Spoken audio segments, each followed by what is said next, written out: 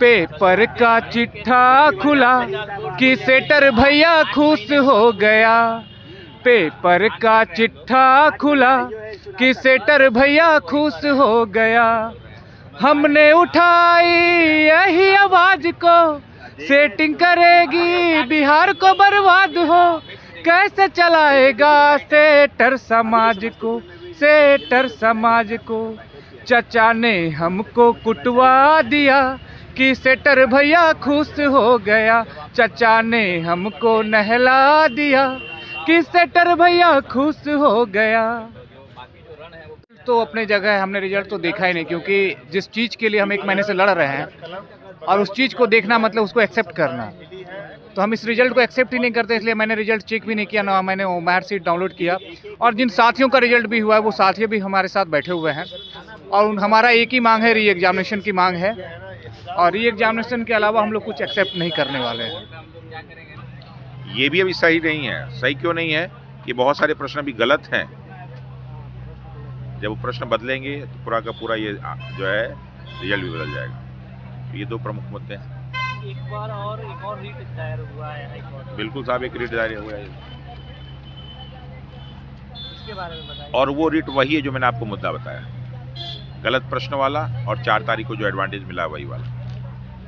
अब आगे की क्या तैयारी है? आगे की तैयारी, विजय की तैयारी है। माननीय उच्च न्यायालय के एक अच्छे से जो है निर्णय की तैयारी। देखिए, आप प्रश्न पत्रों को बहुत सूक्ष्मता से देखिएगा तो जो आंसर की उन्होंने दिया था उसके बाद भी बहुत सारे क्वेश्चन के जो आंसर अभी भी विवादित हैं। और कल जो एक सप्लीमेंट्री भी फाइल हुआ है हाई कोर्ट में क्वेश्चन के आंसर की को लेके, जिसमें 12 से अधिक प्रश्न जो हैं, जो प्रूफ डॉक्यूमेंट है हम लोगों के पास, जो एनसीईआरटी में जो जिस तरह का आंसर्स है उन प्रश्नों का, उससे बिल्कुल अलग वो आंसर उन्होंने दिया है।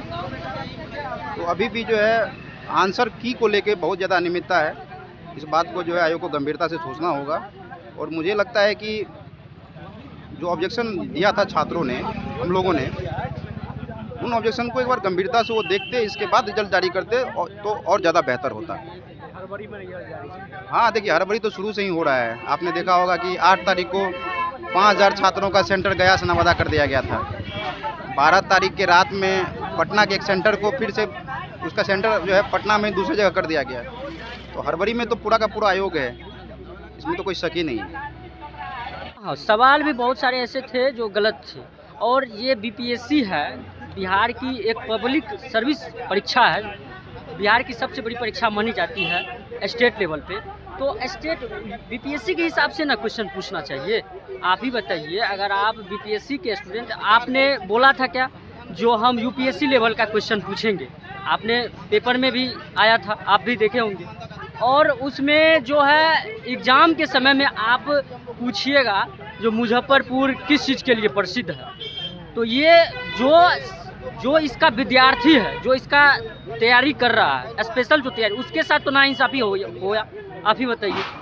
और हम लोग इस आंदोलन में रुकने वाले नहीं हैं। हम लोग आगे हाई कोर्ट हो, सुप्रीम कोर्ट हो, आगे तक जाएंगे।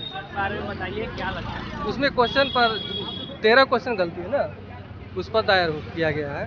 दोनों मिला के रीट दायर। किस तरह का सवाल गलत था, क्या हुआ? हाँ, गलत सवाल पर एनसीईआरटी में उसका आंसर कुछ और है, आयोग कुछ और मानती है, तो उसको लेके रीट दायर किया गया है। तो पूरा मांगे कि री एग्जाम ले ऑल ओवर।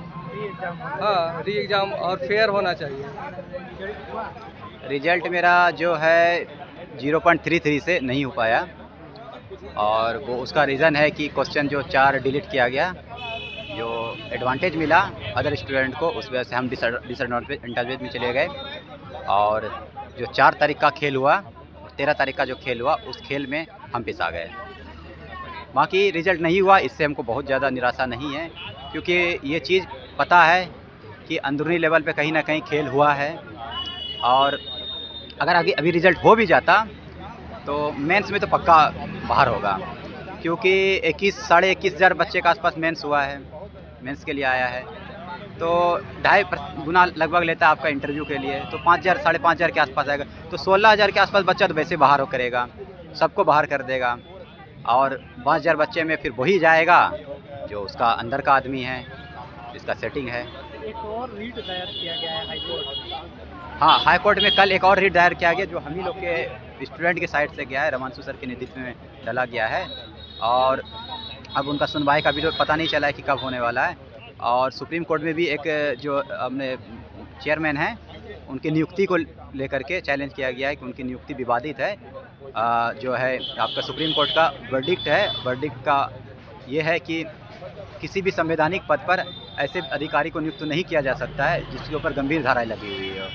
इसको बाईपास करते हुए बिहार सरकार ने उसको नियुक्त किया है, तो अब सुप्रीम कोर्ट में गया है तो अब तो चिट्ठा खुलेगा ही।